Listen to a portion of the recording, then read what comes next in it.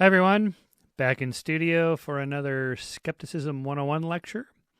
This one I am titling Deities for Atheists, Skygods for Skeptics, UFOs, ETIs, alien abductions, and the search for extraterrestrial intelligence. So I get this title from one of my Scientific American columns, which I called Skygods for Skeptics, with a rhetorical question: is belief in aliens a religious impulse? So I started this particular column with one of my favorite Star Trek films, The Final Frontier, Star Trek V, in which Captain James T. Kirk encounters a deity that lures him to its planet in order to abscond with the Enterprise. What does God need with a starship? The skeptical commander inquires. Well, anyway, I met Captain William Shatner, at a conference, Freedom Fest, actually, in Las Vegas last year. And so he was telling some stories about his various adventures in filmmaking and television and so on. And I asked him about that particular one. And he said that the original plot device for the movie, which he directed, was for the crew to go in search of God. Fearful that some religious adherents might be offended that the Almighty could be discoverable by a spaceship, the studio bosses insisted that the deity be a malicious extraterrestrial impersonating God for personal gain. So then I continue asking a non-rhetorical question here. How could a starship or any technology designed to detect natural forces and objects, like science, discover a supernatural God who by definition would be beyond any such sensors? Any detectable entity would have to be a natural being, no matter how advanced. And as I argued in this column in 2002, any sufficiently advanced extraterrestrial intelligence is indistinguishable from God. I'm going to end this lecture with that point, but this point was based on a quote from the historian George Basala in his great 2006 work from Oxford University Press, Civilized Life in the Universe, where George says, the idea of the superiority of celestial beings is neither new nor scientific. It is a widespread and old belief in religious thought. And so here I reported on a new study by my friend and colleague Clay Routledge at North Dakota State University, who studies these sorts of issues of meaning and spirituality in human psychology. On his 2017 article titled, We Are Not Alone, which he published in the journal Motivation and Emotion. And he and his colleagues found an inverse relationship between religiosity and ETI beliefs. That is, those who report low levels of religious belief but high desire for meaning show greater belief in ETIs. In study one, subjects who read an essay, quote, arguing that human life is ultimately meaningless and cosmically insignificant, were statistically significantly more likely to believe in ETIs than those who read an essay on the limitations of computers. So in other words, if you have a high need of spirituality but a low religiosity, then ETIs kind of stand in for God, for religion, in a way. In study two, subjects who self-identified as either atheist or agnostic were statistically significantly more likely to report believing in ETIs than those who reported being religious, primarily Christian. In studies 3 and 4, subjects completed a religiosity scale, a meaning in life scale, a well-being scale, an ETI belief scale, and a religious supernatural belief scale. Quote, lower presence of meaning and higher search for meaning were associated with greater belief in ETIs. In other words, reinforcing that point. ETIs are kind of stand-ins for gods. From these studies, the authors conclude, quote, ETI beliefs serve an existential function, the promotion of perceived meaning in life. In this way, we view belief in ETI as serving a function similar to religion without relying on the traditional religious doctrines that some people have deliberately rejected. By this, they mean the supernatural. Quote, accepting ETI beliefs does not require one to believe in supernatural forces or agents that are incompatible with the scientific understanding of the world. Close quote. In other words, in my words here, if you don't believe in God, but seek deeper meaning outside our world, The thought that we are not alone in the universe, and then quoting them, could make humans feel like they are part of a larger and more meaningful cosmic drama. And then I conclude, given that there's no more evidence for aliens than there is for God, believers in either one must take a leap of faith or else suspend judgment until evidence emerges to the contrary. I can conceive of what that might be for ETI, but not for God, unless the deity is a sufficiently advanced ETI to appear divine. In other words, just super advanced, but not actually omniscient, omnipotent, and divine. And then I conclude this column. Perhaps Captain Kirk has it right in his final reflections on God to the ship's doctor at the end of Star Trek V. Quote, maybe he's not out there, Bones. Maybe he's right in here in the human heart. And I love the illustration here by my friend Izar Cohen of God hiding behind this planet with the Enterprise looking all over for God. Anyway, that's kind of what I think about that in a broad sense. But let's get into the details. We've published many issues of Skeptic on UFOs, the man who invented flying saucers, of course, Roswell. I'm going to get into this story in a little bit. This whole idea of ancient aliens that came here thousands of years ago or centuries ago and leave these little clues behind, like in medieval art, which is not at all what those things represent. So you can read that issue about that, or theologians confront the possibility of extraterrestrial life. That's an interesting subject. That is, if we found extraterrestrial intelligence somewhere else, what would Christians think of that, or Muslims, or Jews, or whatever religion? In other words, if you're Christian, would that mean Jesus went to each other planet and forgave the sins of the aliens? Anyway, as it turns out, surveys have been conducted on this very question. Would it disrupt your religious beliefs? And the answer appears to be no. Most Christians can adjust just fine to this topic. In other words, if God is truly omniscient and omnipotent, he can create as many planets as he wants. He can save all the aliens in the world, whatever. So, back to Lecture 1, where I started this course. Recall that in Science and Skepticism, we search for natural explanations for natural phenomena, and I use this as a fun example. What's more likely, that aliens traversed the vast distances of interstellar space and landed in Farmer Bob's field in Puckerbrush, Kansas to make a crop circle that says skeptic.com to promote our webpage, or that somebody with Photoshop made a fake slide for me? Or another way to say that is, before we say something is out of this world, let's first make sure that it's not in this world. And I asked rhetorically, what's more likely, that aliens traversed the vast distances of interstellar space and landed in Sacramento, California to help the governor? This is my governor of my state of California, Arnold Schwarzenegger. Or that the World Weekly News just makes stuff up. Okay? We have no evidence of aliens landing anywhere. We have lots of evidence of tabloid newspapers just making stuff up. Okay, so there's an epistemological point to that. Again, I've two other of my columns that I'll address in this lecture: UFOs, UAPs, and CRAPs. And will aliens look like us? So, in other words, the point is, this is a super interesting topic that I find important for various reasons, even though I don't think aliens have visited here, and I have no idea if they're out there anywhere, and I don't believe in God. So let's start with this one: UFOs, UAPs, and CRAPs. What do I mean by that? Well, UFOs, of course, are unidentified flying objects.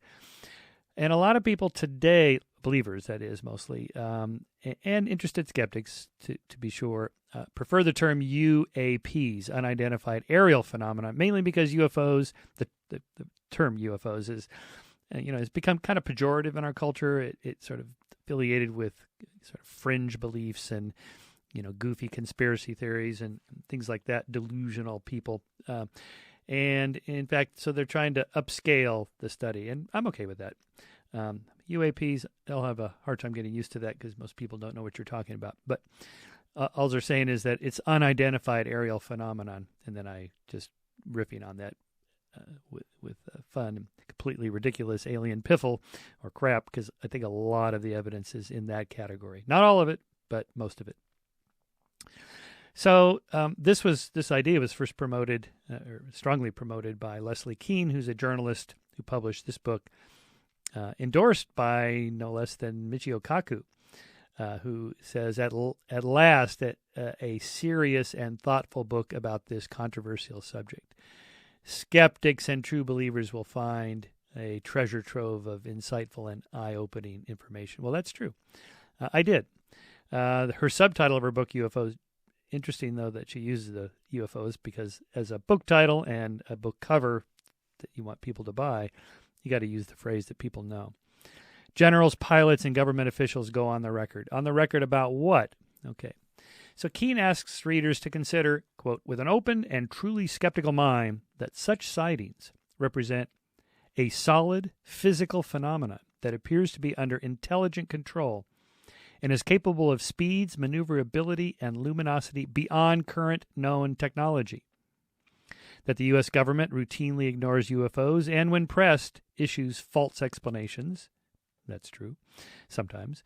And that the hypothesis that UFOs are of extraterrestrial or interdimensional origin is a rational one and must be taken into account given the data we have. Okay, I agree. It's a rational one. It's natural. It's not supernatural. Extraterrestrial does not mean supernatural or paranormal or even conspiratorial. It just means there could be extraterrestrial intelligences out there. So it's rational to consider it for sure. The data, however, is not nearly as good as she makes it out to be in her book, in my opinion. So, yes, it was a New York Times bestseller, and Leslie was back in the news last year with another article in the New York Times about these Navy videos that purport to show inexplicable movements of UAPs or UFOs. I'll get back to that later. According to Keene, roughly 90 to 95% of the UFO sightings can be explained as what? As weather balloons, flares, sky lanterns, planes flying in formation, secret military aircraft, birds reflecting the sun, planes reflecting the sun, blimps, helicopters, the planet Venus or Mars, meteors or meteorites, space junk, satellites, swamp gas, spinning eddies, sundogs, ball lightning, ice crystals, reflected light off clouds, lights on the ground or lights reflected on a cockpit window, and more. Okay, so I'm quoting her because this is the kind of explanation I would give, that skeptics give. And so that 90 to 95% of all the sightings, we're in agreement, skeptics and believers, we're in agreement. Most of them are explicable by one of these or other explanations. So the entire extraterrestrial hypothesis is based on the residue of data left over after the above list has been exhausted. What's left? Not much, I'm afraid. So, by the way, this is what's called the residue problem. There's always a residue of unexplained phenomena in any theory of science. And so what do you do with those anomalies, that residue? Nothing. You don't have to do anything with it. No theory explains everything. You can assign it to your graduate students to work on, or future research projects for yourself. And in the meantime, it's okay to say, I don't know. Okay, I'm going to come back to that point. So Keene opens her exploration on very solid ground with a major general's first-hand chronicle of one of the most vivid and well-documented UFO cases ever, as she describes it, the UFO wave over Belgium in 1989-90. Okay, see this? This is not exactly what it appears to be. So here is Major General Wilfred de Brouwer's recounting of the sightings in Belgium. Quote, hundreds of people saw a majestic triangular craft with a span of approximately 120 feet and powerful beaming spotlights moving very slowly without making any significant noise, but, in several cases, accelerating to very high speeds. Now, compare de Brouwer's narrative to Keene's summary of the same incident. Okay, so that's a quote from this general in her book, and then this is how she restates the incident. Quote, common sense tells us that if a government had developed huge craft that can hover motionless only a few hundred feet up and then speed off in the blink of an eye, all without making a sound, such technology would have revolutionized both air travel and modern warfare, and probably physics as well. Okay, now, parenthetically, it's entirely possible that the sightings are reflecting some not extraterrestrial technology, but some other national technology. The Soviets or the Chinese usually come to mind here. And so, therefore, we should, our government, the Defense Department, and so on, should be interested in this subject, if for no other reason, for national security reasons. Okay, I agree. This is fine. And to that extent, you don't have to go to the extraterrestrial hypothesis. And then also let me note, parenthetically, that, and I'll come back to this point, we're really talking about two different questions here. Are there extraterrestrial intelligences out there somewhere, and have they come here? Okay, these are two separate questions. No one knows the answer to either of those, by the way. I'm pretty confident no ETIs have ever visited Earth, but I'm equally confident that there are extraterrestrial intelligences somewhere in the cosmos. Now, can I prove that? No. Okay, so these are sort of a Bayesian reasoning that, we have to sort of adjust our priors based on the available information and the internal logic of the arguments for or against either of these positions. So in this case, what the ufologists are interested, they assume, most of them, that ETIs are out there and they have visited here. And then the only question for them is, these particular sightings, like this triangular craft with the bright lights, does that represent extraterrestrial intelligence or some other national experimental aircraft, say, or something like that? Okay, back to the lecture here. Note how a 120-foot craft, in General DeBauer's original account, becomes huge in her account, how moving very slowly changes to can hover motionless, how without making any significant noise shifts to without making a sound, and how accelerating to very high speeds transforms into speed off in the blink of an eye. This language transmutation, probably unintentional, is common in UFO narratives, making it harder for scientists to provide natural explanations. So here is that those photographs that you usually see associated with this. You can see how 3 lights could easily be filled in in the mind's eye. Okay, like this, these illusions. Now, so again, these are artists' reconstructions of what people said they saw, and you can see why they might think that, filling in that blank. Okay. I mentioned the residue problem here. Let's hit that again. In all fields of science, there's a residue of anomalies unexplained by the dominant theory. That does not mean the prevailing theory is wrong or that alternative theories are right. It just means that more work needs to be done to bring these anomalies into the accepted paradigm. And 90-95% of all UFO sightings are explicable by terrestrial phenomena, so the extraterrestrial hypothesis is really unnecessary. So, in other words, UFO, the U is unidentified. Doesn't mean extraterrestrial. It just means I don't know. And I don't know doesn't mean your pet theory is right. It just means it's unknown and nothing more. So let's recount from our lecture on what is truth, David Hume's principle proportionality. A wise man proportions his belief to the evidence, which was said more poignantly by Carl Sagan. Extraordinary claims require extraordinary evidence. And, I added parenthetically, your extraordinary claim is not true until you prove otherwise. Continuing, when people tell me Bigfoot is real, I say, show me the body, and I'll believe. Otherwise, I remain skeptical. So this is the null hypothesis in science. Recall in our lecture, What is Truth, I talked about the null hypothesis in science, which is that we start off assuming whatever the claim is not true until proven otherwise. In this example, Bigfoot does not exist is the null hypothesis, and we can accept, that is, reject the null hypothesis and accept the claim that Bigfoot is real if we have proper evidence, like, a body, not a blurry photograph or a grainy video, and stories about things that go bump in the night. And unfortunately, most of the UFO evidence is along that line, in that kind of fuzzy category of not so good. And another point I want to make here with UFOs that I also made in the What is Truth lecture It is telling that among the thousands of government documents and files leaked in recent years through WikiLeaks, there's not one mention of a UFO cover-up, not to mention a fake moon landing or that 9/11 was an inside job by the Bush administration. So here the absence of evidence is evidence of absence. That is, it's like the dog that didn't bark in the night, Arthur Conan Doyle's story Silver Blaze, in which Sherlock Holmes solves the mystery of the prize racehorse kidnapped. Quote, the midnight visitor was someone the dog knew well because he didn't bark.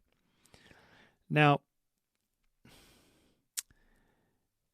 does that apply to SETI, for example? That is, we would expect certain things to be true if, say, aliens landed in Roswell and there was a government cover-up, and then we got leaked, tens of hundreds of thousands, millions of top-secret government documents. You would expect there to be some paper trail in there.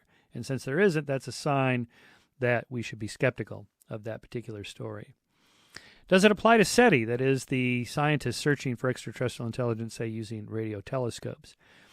I don't think here the absence of evidence is evidence of absence, mainly because we haven't been looking for very long, just since 1960, and we've hardly looked anywhere, just a tiny fraction of our own galaxy, of which there are hundreds of billions of stars, and then there's hundreds of billions of galaxies, maybe as many as 1 trillion galaxies, and it's now looking like more and more from the Kepler Space Telescope that pretty much every one of those stars has planets.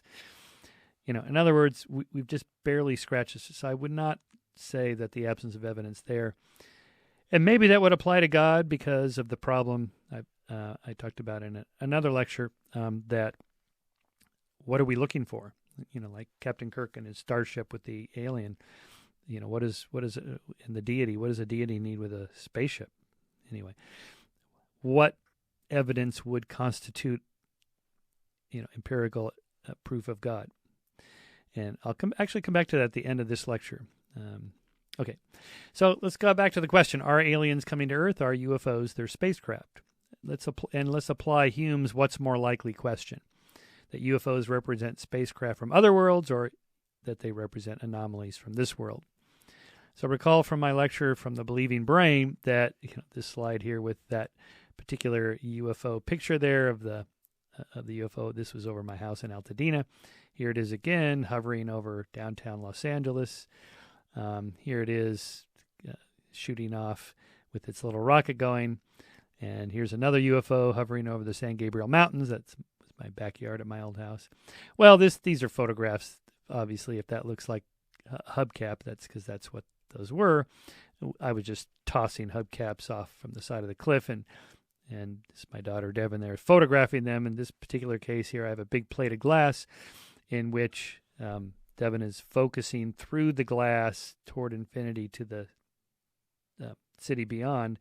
And what's on the glass is I have these coins, double-sided taped on there. And I have a quarter and 2 dimes because, the UFOs always travel in triangular shapes for some reason. Of course, it's only going to look triangular shape in a certain position when you're looking up. If you're some other angle, it's not going to look like that. Nevertheless, if you focus on infinity, then you get this sort of spooky-looking aliens over Los Angeles. Okay, these are just fake photographs. We were just having fun for this National Geographic show we were filming at my house on how to fake your own UFO photographs. Not to say that all UFO photographs are faked, but if you can't tell the difference, then how good is the evidence? My webmaster, William, took this picture of a UFO over Victoria, Canada. And of course, that's just his ceiling light behind him reflecting in the glass. You can't see the glass to his outside. So many UFO photographs are along these lines, just lens flare. Same thing with ghost sightings and haunted houses and things like that.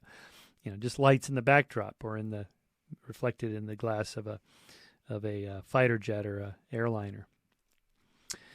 Okay, let's go to Roswell. We published a really great article by this fellow, B.D. Duke Gildenberg. He was a meteorologist who was personally involved with most of the U.S. Army, Air Forces, and U.S. Air Force's activities responsible for triggering the Roswell incident, including Project Mogul in 1947. So we titled this article, The Roswell Requiem, because it really ends up being that there's nothing to explain, nothing extraterrestrial to explain. So and so he starts this article by noting that in 1967, ufologist Ted Glucher published his report on the UFO wave of 1947, listing 843 UFO sightings carried by the news media. Roswell did not even make the list. Read that again. 843 sightings in 1947 alone, and Roswell wasn't even listed. No crash debris, no alien bodies, no eyewitnesses, no conspiracies, etc. The real story about Roswell begins in 1980 with a National Enquirer story. So the Roswell incident is really a story about modern myth-making, not about UFOs. Then, in 1980, after this National Enquirer story took off, then eyewitnesses came out of the woodwork. Okay. So, and here we provided a timeline of the development of the modern Roswell myth, with all the different things that were going on in the space program and in the military. And you'll see here under the 1950s, this Project High Dive and Project Excelsior dropped instrument packages, anthropomorphic dummies, and eventually human beings from airplanes and high-altitude balloons. Project Blue Book was a title encompassing several Air Force UFO investigations. Project High Dive was started. Alien prototype was usually short humanoids dressed in spacesuits, matching the 1950s, of course. 1960, Captain Joseph Kittinger jumps from a balloon at 102,800 feet, which was the record until just a couple of years ago. 1967, Roswell still considered so insignificant that when pro-ufologists, okay, so I talked about that, listed as 853 UFO sightings, not even mentioned. Project Blue Book ends in December. And then, so here's the rise of the modern Roswell myth, 1978 to 1980. By the way, this is after Close Encounters of the Third Kind was released. That, again, this kind of input from pop culture makes a big difference on people's memories. Again, remember, the lecture on memory is not like a video camera that records what we actually see. It's constantly edited. And so when you read stories, novels, books, magazine articles, you see television shows and films about aliens and UFOs, that's going to change eyewitnesses' memories. So 1978 to 1980, Stan Friedman interviews Jesse Marcel. Media such as National Enquirer, documentary film UFOs Are Real embrace Marcel as a crashed saucer whistleblower. Okay, so interesting. You go from eyewitness to whistleblower. Anyway, I knew Stan Friedman. He died last year. Unfortunately, he was a really good guy. I really liked him.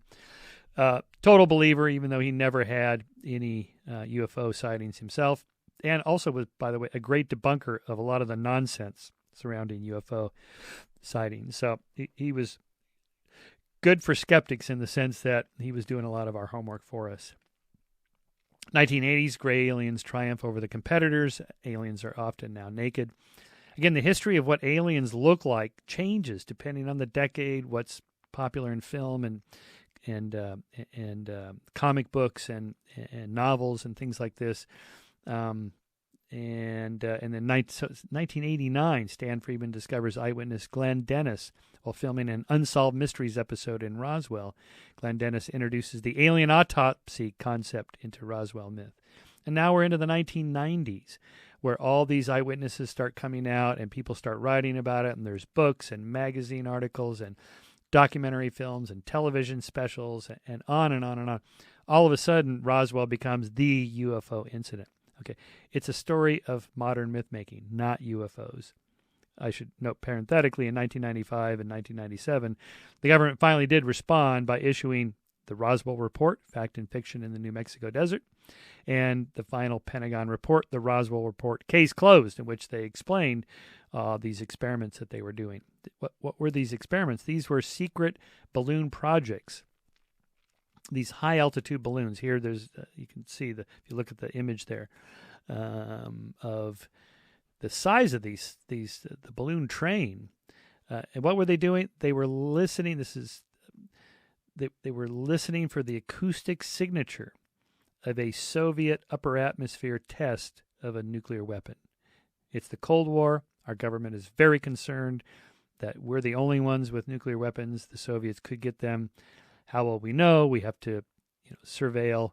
And one of the surveillance with these high-altitude balloons that were made out of balsa wood and tinfoil, much like the debris seen here in the famous photograph in which the UFO debris at Roswell supposedly looked like that. Turns out it looks just like this Project Mogul balloon. And end of story, really. That's what it is. All right, let's talk about alien abductions. It's kind of a funny perspective photograph to capture that idea. And let's go back to Hume's question of what's more likely, that alien abductions equal alien-human contact, or that it's a form of human psychology. Okay, this is, again, repeating what I talked about at the end of my lecture on the believing brain, that is having to do with not only patternicity, the tendency to find meaningful patterns in random noise, but also agenticity, the tendency to infuse those patterns with intentional agents. These are gods and angels and aliens and demons and so on. Aliens is one of those. Okay. And our best explanation for this is something called sleep paralysis. Here's a famous painting by Henry Fuseli, The Nightmare, that well captures this experience that people were having, in which several centuries ago the English referred to nighttime sensations of chest pressure from witches and other supernatural beings as the mare from the Anglo-Saxon maren, to crush. So a nightmare was the crusher who comes in the night. Now this poor woman here is experiencing a sense of a paralysis during her sleep, in which she then senses a presence in the room, and of course it's a demonic force. But they lived in a demon-haunted world. Then we live in an alien-haunted world. The encounters with these imagined beings were not aliens, but they were demons, incubi and succubi, that often had a sexual component. So we published an article on Skeptic by a woman named Heidi Love, who had experienced sleep paralysis much of her life. And so this was the title of her article. You can look it up at skeptic.com, Sleep Paralysis, a Personal Odyssey into an Apparently Paranormal Experience. So she recounted some of these. For example, I wake up with a start, feel that I'm paralyzed, feel this sort of tingly vibrating energy coursing through my body. I feel like I'm sort of sinking or falling backwards, like down into a giant bowl of warm, tingly oatmeal. Rhythmic sensations of vibrations and electricity all over my skin and throughout my entire body.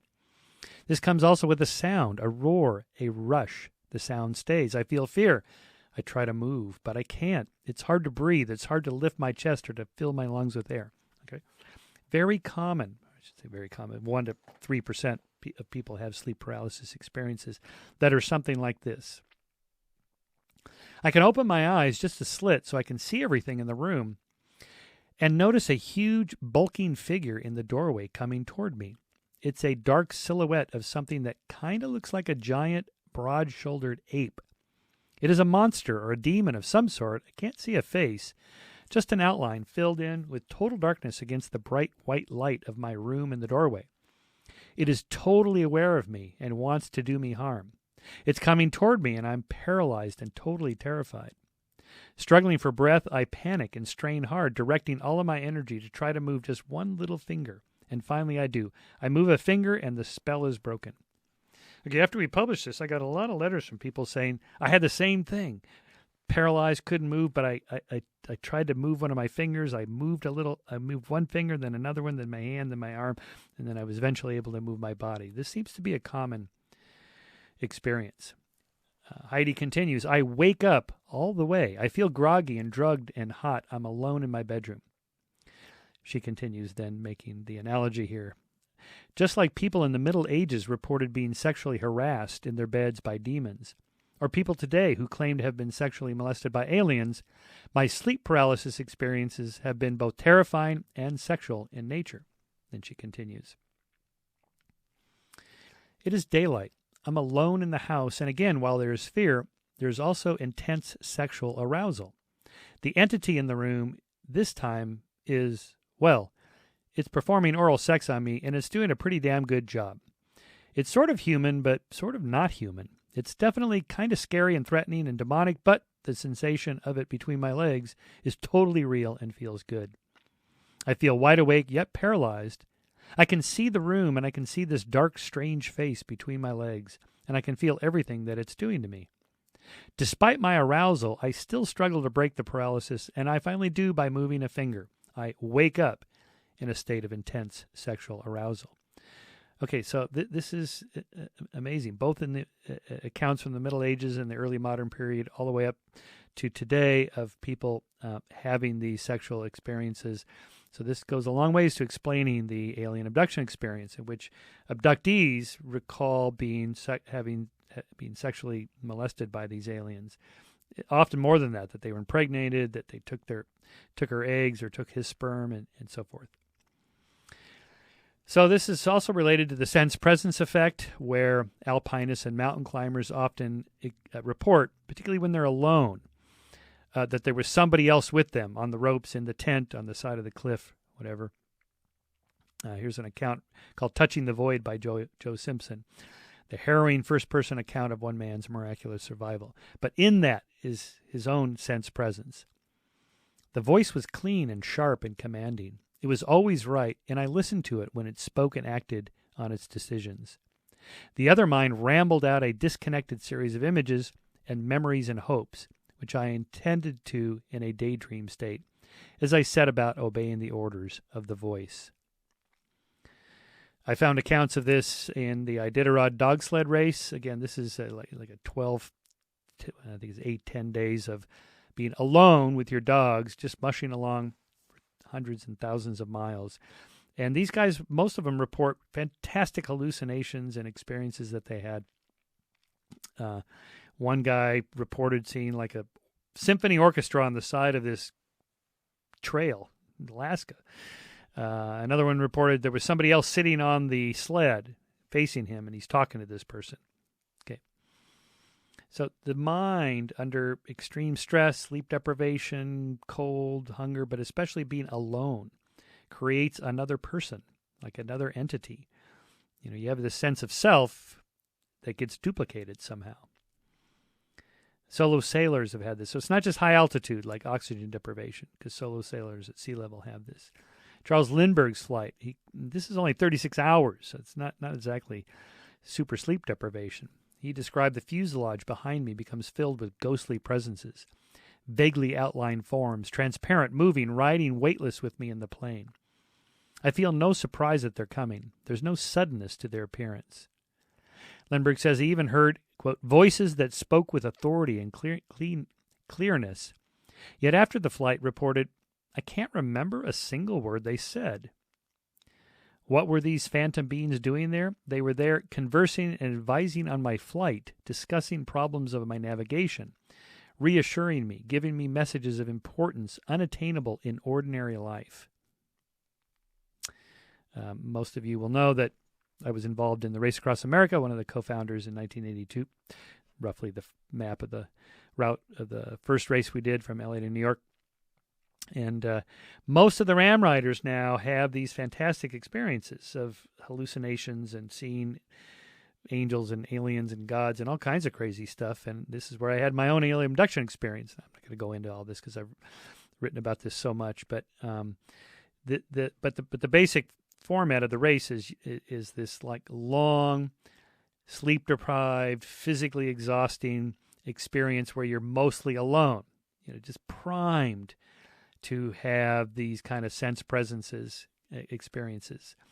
So, and I had my own, and the route was a little bit different. We went up to up into Illinois and so forth. So the route was longer. But in 82, I had gone. It took me 10 days, 23 hours and change to get across. In 83, I wanted to see if I could go all the way without any sleeping at all and see if I could go under 10 days. Well, I couldn't. I went 83 straight hours without sleep. And near Hagler, Nebraska, so we really went north.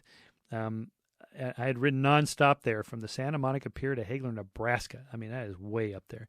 And at like 3 a.m. or so, I just all of a sudden had this fantastic hallucination that I was being abducted by aliens. And what was really going on, I was wobbling down the road at 5 miles an hour or something, and my support crew behind me with big motorhome bright lights which in my mind became the mothership. And the support team, which were my relatives and friends and my girlfriend and so on, I thought they were the aliens trying to abduct me. But they had, like the body snatchers, they had taken on the form of these people that I knew, but I knew they were really aliens, and I could tell by the stiff little finger, which is a reference to a television show when I was a boy called The Invaders, starring Roy Thinnis. I think it was on CBS, where the aliens were taking over these towns in America, but they were body snatching. They were just taking over the bodies of people, so you couldn't tell except for the stiff little finger, just a plot device, which is weird. Anyway, that's what I thought on the side of the road there. Anyway, here's a little clip from that. I think I have that here, in which I recount for Eric Heiden. The race was filmed by ABC Wide World of Sports. Eric Heiden was one of the color commentators. And he comes up on me at this moment, and I tell him this crazy story.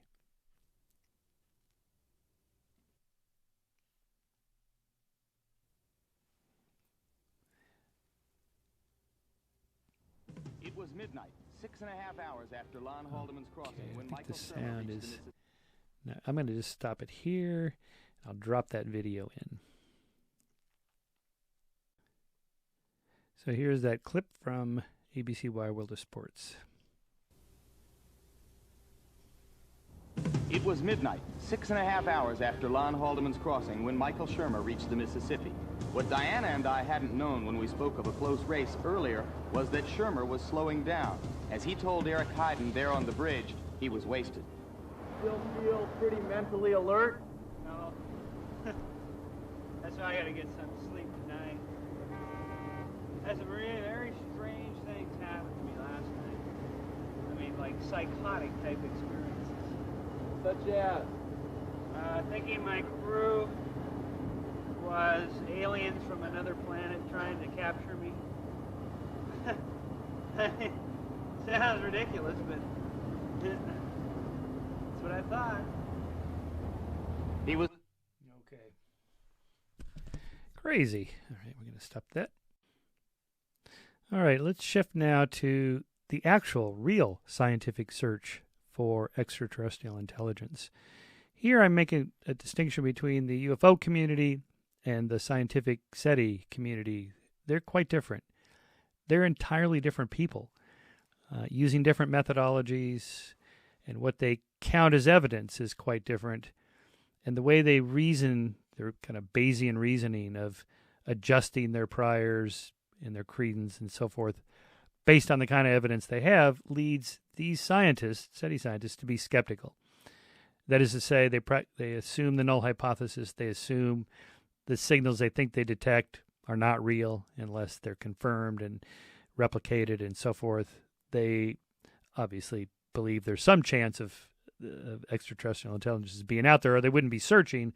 But they assume that the claims they make are not true until proven otherwise. In other words, the burden of proof argument is on them. They know that, and they're good about that.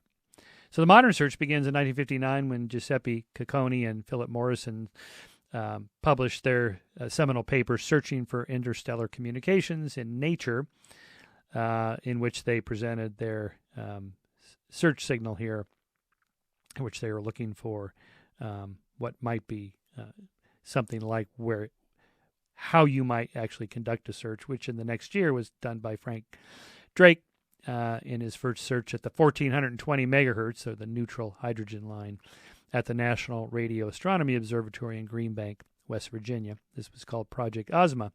So it's an 85-foot or 25.9 meter antenna. So it's normally used for radio astronomy, in which you're basically looking at a different segment or portion of the electromagnetic spectrum that you can't see, but you can detect it through radio telescopes like this. So basically they adjusted the search to look for possible signals, thinking, well, what would extraterrestrials do? Maybe they'd use the neutral hydrogen line, something along those lines. Anyway, Frank Drake is most famous for his Drake equation. Here he is writing it on the board. I'm told every day he comes into the SETI Institute, he writes that equation on the board. No, just kidding. It is so ubiquitous. It's in pop culture. You can get tattoos of it on your arm and on your hand and on your back. Here's an alien explaining what the Drake equation looks like. Here's another more technical version of it. I'll go through this in a little bit. Here's another version of it. You can actually, this is an online version where you can actually adjust the dials. So, for example, the number of, the question we're looking for, N, is the number of communicating civilizations in the galaxy. Well, that's going to depend on how many stars form each year, the percentage of stars that have planets, the number of planets that could support life, the percentage of those planets that could support life actually do form life, percentage of planets that have life where intelligence develops. Oops, typos there for whoever made this slide. Percent of it, I think it's crazy. Intelligent species that communicate through space and that we would then detect them if they live long enough. So L is the key term there. This is a much better, actually, presentation of it. That L, the fraction of the star's life during which communicating civilization lasts. This is a debatable point. I'm not going to get into it in this particular lecture, but it depends on what you're counting, the life of what. So most SETI scientists count, 10,000 years, the life of human civilization of any kind. I'm a little skeptical of that in that you have to have an actual political entity, a nation, a current society that's willing to fund this kind of thing, whether it's public or private. And if you take the length of the average nation or nation state or civilization defined by a particular entity, I think I came up with 430 years on average. Not 10,000 years, but 430 years. So when you plug L into the equation with all these, you get a very different number, much lower number. Because if your extraterrestrial intelligence civilization goes out of business, if it collapses for whatever reason, then you're not going to detect them. Anyway, that's a debatable point, I realize, but it's an interesting subject. This one in particular here, the fraction of stars that have planets, fraction of suitable stars with planets. This number is super encouraging now because, as I mentioned earlier, the Kepler Space Telescope has found pretty much every star has planets, so all of them. So now you're just down to how many of them with planets have planets in the habitable zone, and it looks like a lot of them have at least one in the habitable zone.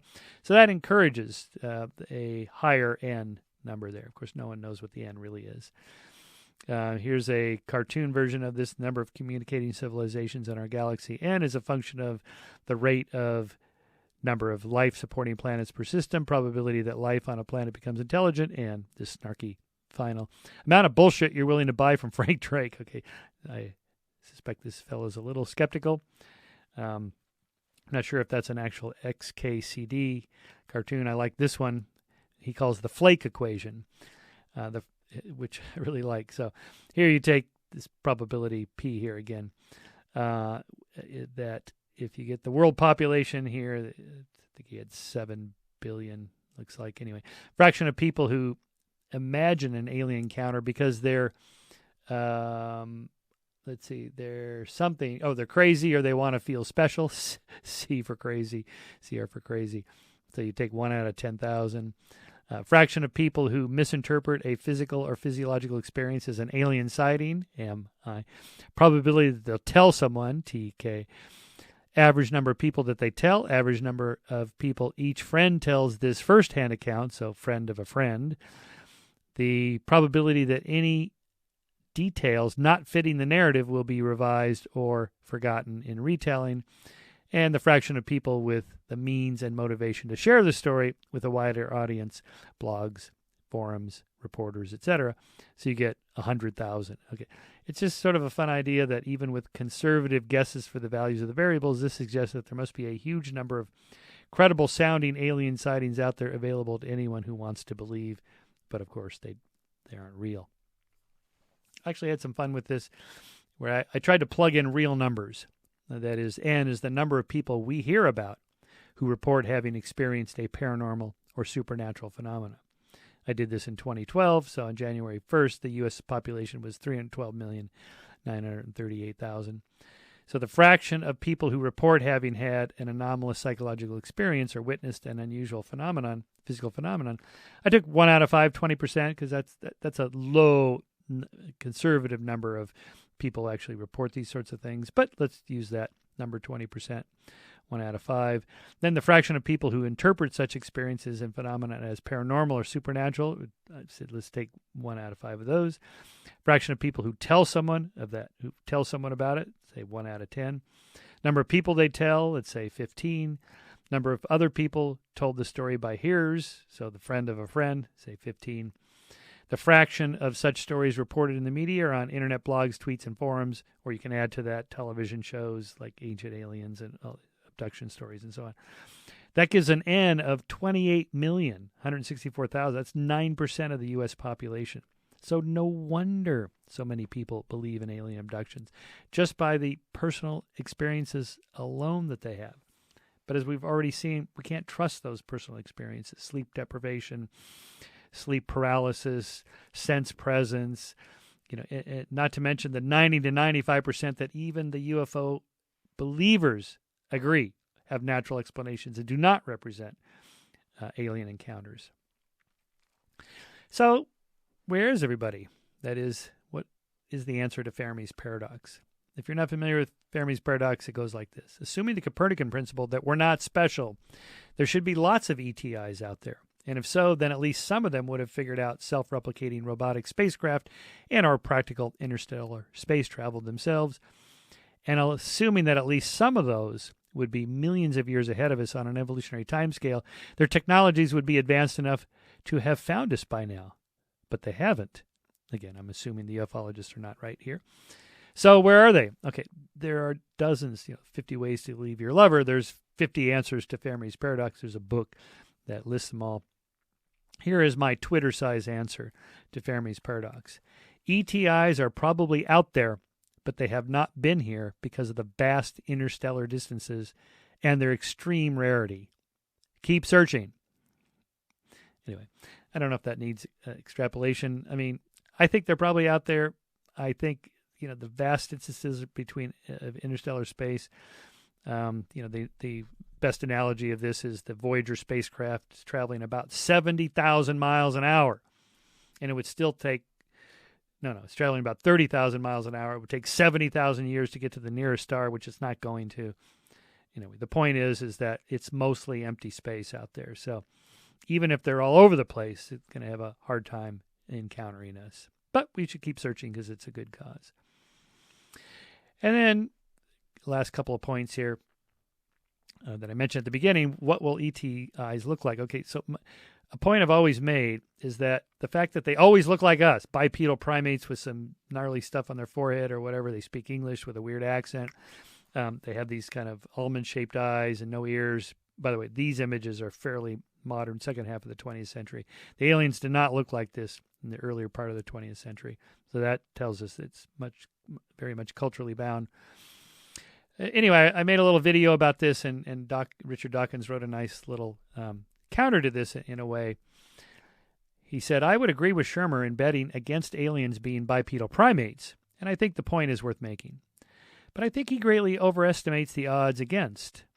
Simon Conway Morris, whose authority is not to be dismissed, thinks it positively likely that aliens would be, in effect, bipedal primates. Ed Wilson gave at least some time to the speculation that, if it had not been for the end Cretaceous catastrophe, dinosaurs might have produced something like the attached, and he sent me paleontologist Dale Russell's projection of a bipedal dinosaur. And here it is. The point is, convergent evolution means that there are certain solutions. Simon Conway Morris's book, in fact, was titled, I forget what the title was now. It was Life Solutions.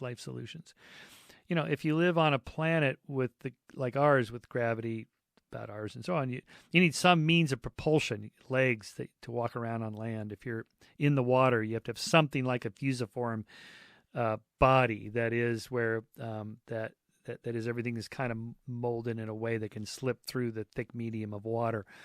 You're going to have your senses on one end and the waste disposal system on the other end. So a head here and waste disposal area at the other end, and wings to fly, arms to maneuver, things to hold tools. You're going to have something like a bipedal primate, even if it's not a primate. It could be a dinosaur looking like this. Okay. I think it's an interesting debate. Obviously, we don't know. So, you know, an N of one, we just have us here. And the problem, as, you know, Sagan always pointed out about our carbon chauvinism, our primate chauvinism, our bipedal chauvinism, I mean, you know, it's so hard to imagine, which is why he did not portray the aliens in the film Contact or in the book. Why say what they look like? We have no idea. And my argument is that, you know, of all the, you know, tens of millions or even hundreds of millions, perhaps billions of species that have evolved on Earth over the last, say, 4 billion years, because it started pretty early after the 4.5 billion year history of the planet. Well, you know, how many look like us? Not many. Aliens, in my mind, are much more likely to be something we can't even conceive of. Maybe something like an octopus or whatever. Okay, will they be alien? Will they be evil? If the aliens come here, will they be evil? Okay, well, Stephen Hawking, pretty much anything he said got reported in the news, and this is what he wrote about that. He thinks they will be evil. We have only to look at ourselves to see how intelligent life might develop into something we wouldn't want to meet. I imagine they might exist in massive ships, having used up all the resources from their home planet.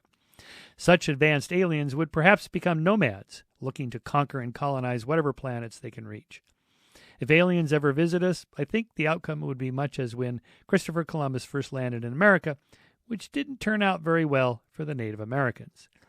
Yes, and to be fair, you can multiply that story with lots of other examples, and it does look bad. And it's not just Hawking. A lot of people, scholars, think this.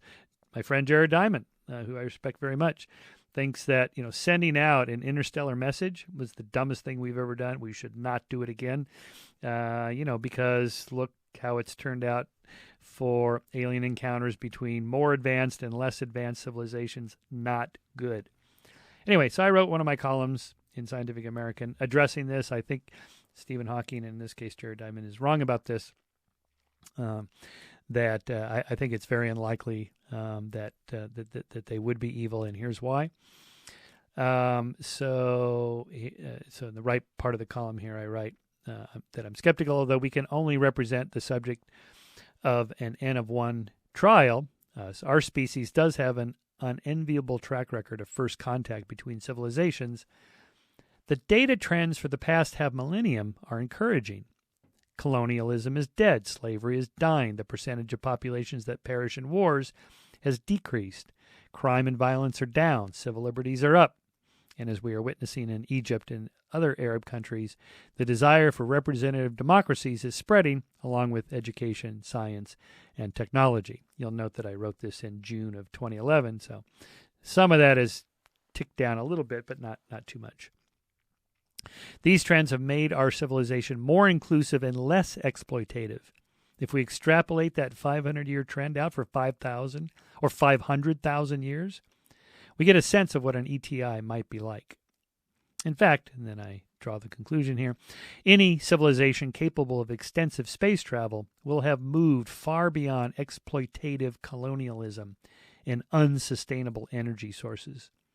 Enslaving the natives and harvesting their resources may be profitable in the short term for terrestrial civilizations, but such a strategy would be unsustainable for the tens of thousands of years needed for interstellar space travel. In this sense, thinking about extraterrestrial civilizations forces us to consider the nature and progress of our terrestrial civilization, and offers hope that when we do make contact, it will mean that at least one other intelligence managed to reach the level where harnessing new technologies displaces controlling fellow human beings, and where exploring space trumps conquering land. Ad astra, to the stars, I concluded. Well, that brings me to the last point of this lecture, what I call, again, one of my Scientific American columns, Shermer's Last Law, and it's the only law I would ever name after myself, tongue and fully in cheek, just playing around with this idea that any sufficiently advanced extraterrestrial intelligence is indistinguishable from God. So there it is. I'll just repeat it again. Any sufficiently advanced extraterrestrial intelligence is indistinguishable from God. If that sounds familiar, it is, of course, because I ripped off Arthur C. Clarke. His third law, his first law, these are his three famous laws here. The first one is when a distinguished but elderly scientist states that something is possible, he's almost certainly right. When he states that something is impossible, he's very probably wrong. 2, the only way of discovering the limits of the possible is to venture a little way past them into the impossible. And 3, any sufficiently advanced technology is indistinguishable from magic.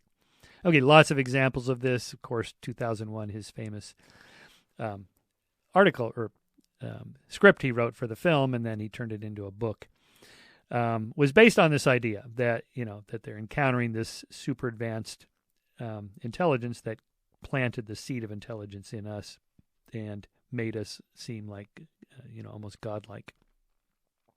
But telepathy is certainly a fun example of this. Of course, there's no such thing as real mind reading in a paranormal sense. But if you take something like this poor fellow here who is paralyzed, he's a quadriplegic. They put a chip, here's the chip, in his brain, right here in his motor cortex, so that when he thinks about moving the cursor on a computer keyboard, on a computer screen, he can do it. That is, the chip picks up the neural signals of his thoughts, transmit them electrically from the chip into the computer. As I write, a direct connection between the brain of a stroke victim and a computer has been accomplished. That's not this fellow. This fellow is paralyzed. Where the paralyzed person learned to play video games, send email, and control objects by sheer thought. Eventually, these electrodes will become microscopic, allowing us to control our environment by thinking about it. Imagine you just walk into a room and think, lights on. Now, of course, you can just say, Alexa, lights on, and so forth. But here, you only have to think it. And we may be able to download any website into our contact lenses through wireless internet access through brain chips controlled just by thinking. So you have access to all knowledge available just by thinking. That would be a kind of a form of what looks like technological omniscience. Anyway, the point is, if you don't know that the guy's got a chip in his brain, he looks like he's telepathic or telekinetic. He can actually move things. No, you just need the technology. Okay, continuing the analogy. Biological evolution is relatively slow. 3.5 billion years since bacteria, 500 million years since complex life, 35 million years since the rise of the primates, 7 million years since hominids, 3 million years since bipedalism, 1.5 million years since tool use, 100,000 years for our own species. Super slow. Cultural evolution, by contrast, is relatively fast. 10,000 years since the Neolithic agricultural revolution, 5,000 years since writing, 500 years since the printing press, 200 years since the Industrial Revolution, 66 years between the Wright brothers and the moon. Okay, that's fast. So if we take Moore's law of doubling computing power of every 12 to 18 months, this is this kind of rapid growth that you don't see in biological evolution.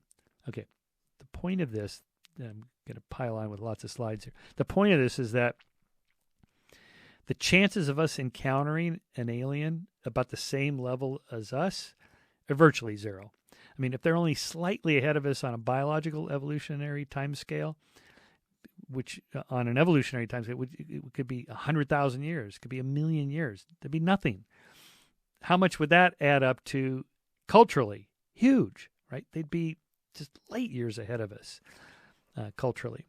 So here's a bunch of slides from Kurzweil's Law of Accelerating Returns. This is Moore's Law, doubling power of computers. What you're going to see is these exponential growth curves.